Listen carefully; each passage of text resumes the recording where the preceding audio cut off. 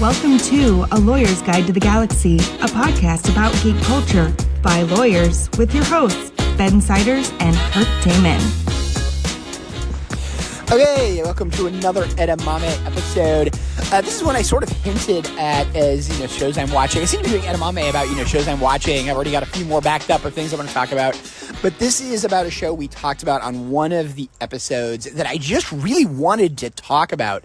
And that show is The Mysterious Benedict Society, which is available for streaming on Disney+. I don't believe it's available anywhere else. I think it's just a pure Disney Plus exclusive. But I wanted to raise this because it's a show that we bumped into. My kids and I are watching a ton of Disney Plus. It along with a Roku, was a pandemic investment and an investment which has paid for itself in spades in our family. We're not a big TV watching family, but the ability to watch stuff on demand, access to Star Wars, which, my son really loves and I really love.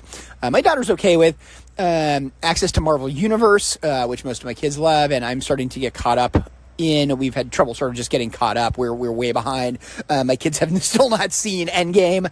They have finally seen Infinity War, but they've not seen Endgame, and they have not seen most of the supporting stuff for it. They wanted to watch Infinity War at one point in time. But it's, sort of things like that, but also just getting caught up generally. My daughter's a big fan of The Descendants, not as much as she used to be. We've been watching just all sorts of crazy things on it. We've been watching like Doug Day's shorts. We just watched Soul again for the second time, which is another movie. If you haven't seen it and have Disney Plus, watch Soul. It's a very well done movie. It's just kind of a cool, sort of storyline concept. It's definitely got its sad moments, but it's joyful moments. It's a good movie. I mean, that's the way I'd put it. But that's not what this is about. This is about the Mysterious Benedict Society. I'm going to warn you guys, if you want to watch it and have not seen it, this is going to be a high spoiler episode. It's pretty much impossible to avoid when talking about the show because there is so much mystery going on in conjunction with the show. But I will try to give a second warning before I get into solid spoilers, of what it is, because there's a lot that are just sort of, cool tricks and cool, interesting things about the show that I want to get into, for those of you who've seen it. But again, if you don't want to watch it, you don't think you're going to be into it, don't worry about that. So before we get into some serious spoilers, let me just give you a little bit of an intro. We did encounter the show, because it was literally advertised on Disney Plus. It looked interesting. My kids are very into watching trailers. They're always watching the trailers. They watch the trailers before we watch a movie or anything along those lines. I completely get it. I like watching trailers too, but this is when we watched the trailer for and thought it looked kind of cool. Basic premise is you have the Mysterious Benedict Society, which is a group of kids tasked with saving the world. From something you don't entirely understand from the previous of it, but it's kind of your classic setup. It is definitely a show set up for kids, and designed to appeal to kids. I wouldn't say necessarily young children, but sort of elementary school age. My daughter's in middle school, so middle school age children is probably the target audience, but it's a show that definitely adults can watch. So anyway, that's the basics of it. Again, if you're going to go and watch it and don't want the spoilers, stop now. If you've watched it or if you don't care, let's get into spoiler episodes. So the reason why I love this show, the first thing for it is I don't know how to describe its genre. I have to describe it as steampunk. It's the only thing I can come up with. I can just how to describe it, but I find the way the show is presented to just be fascinating. The idea that, whenever they sit down for meals, there are these, outrageous high-end tasting menus, where we actually have, amuse-bouche being served, and, they're discussing the qualities of different kinds of oysters and stuff like that. And it's like, where does this fit into the plot? But it's an incredibly portion of it. And to give you the idea, I've not read the book, so again, this is just from watching the show. So I don't necessarily know how, if this is stuff that plays into the book or not, but it's just from watching the show. But I thought it made it just such an interesting sort of concept of a show.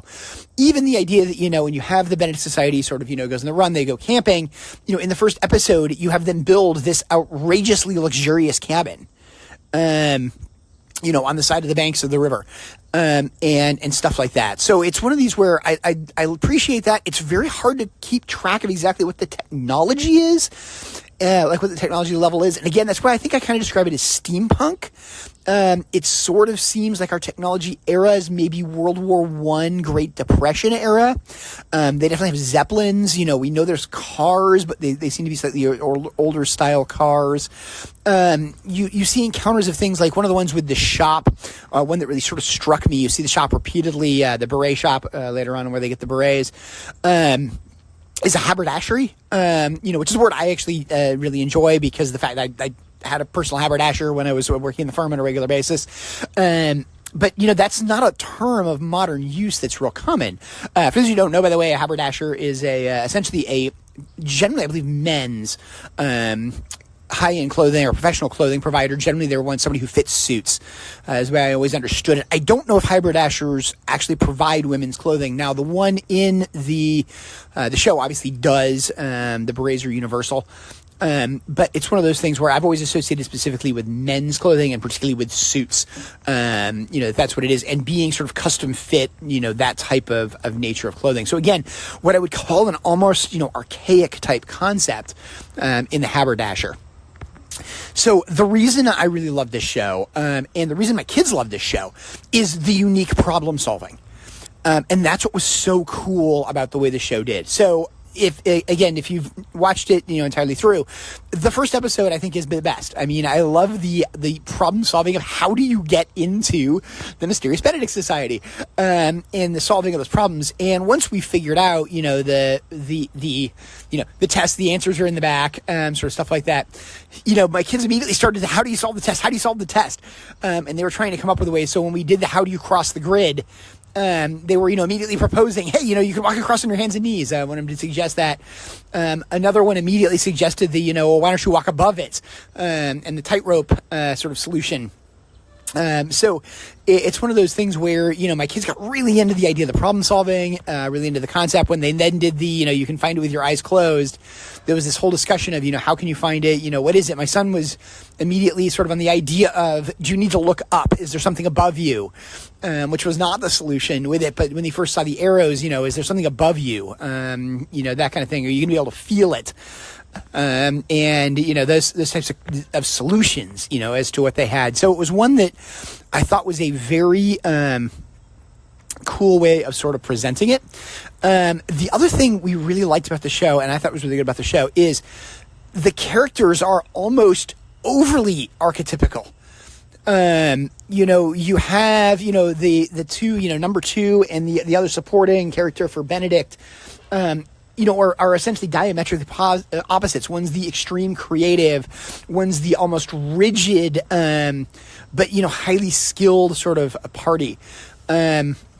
You have, its name's escaping me currently, the man who's lost his memory. You have him with this, extreme sort of wilderness tracker. Again, they're living out in the wilderness and he's getting, he's gathering oysters and things like that.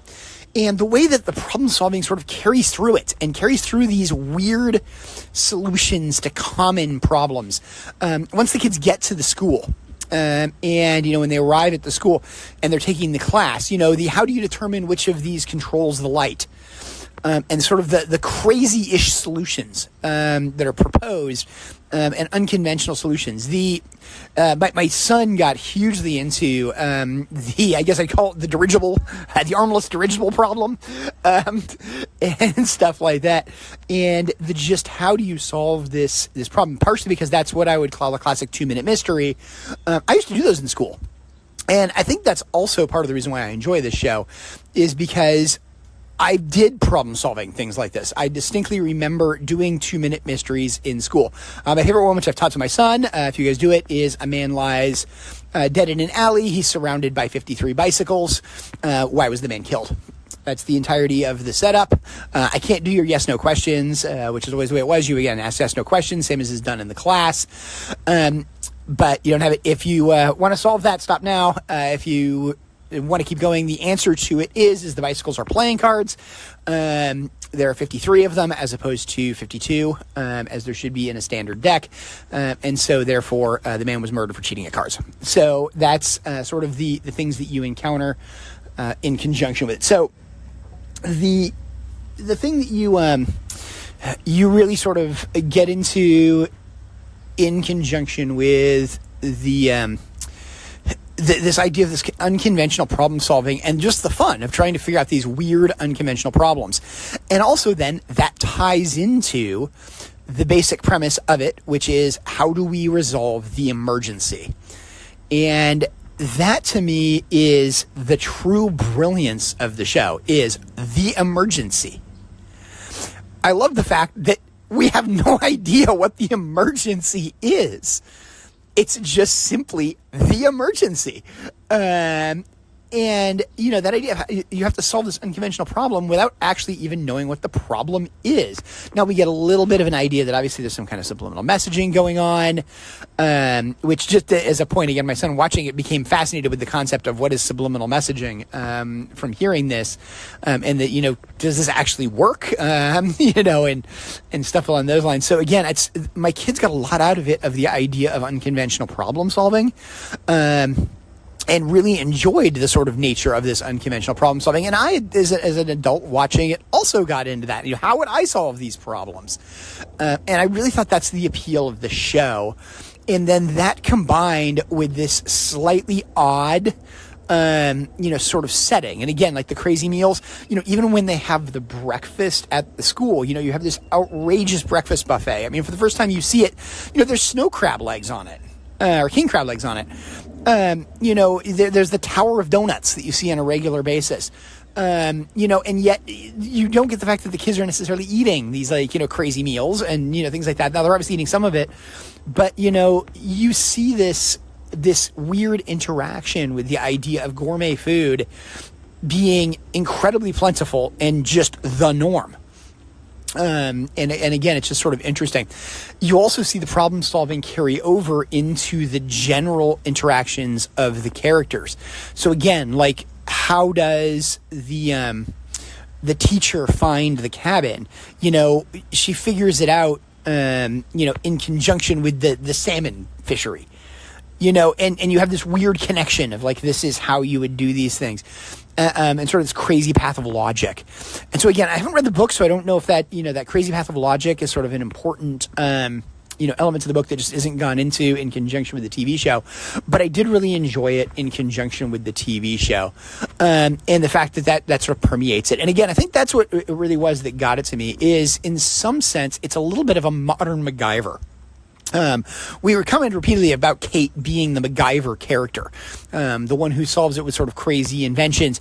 She's also a bit of a misfit on the show.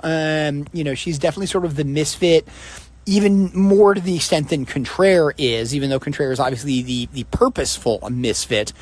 But yeah, it's, again, what I really enjoyed about the show, and I think, you know, for anybody who's seen it and really, you know, wants to watch it, was this nature of problem solving.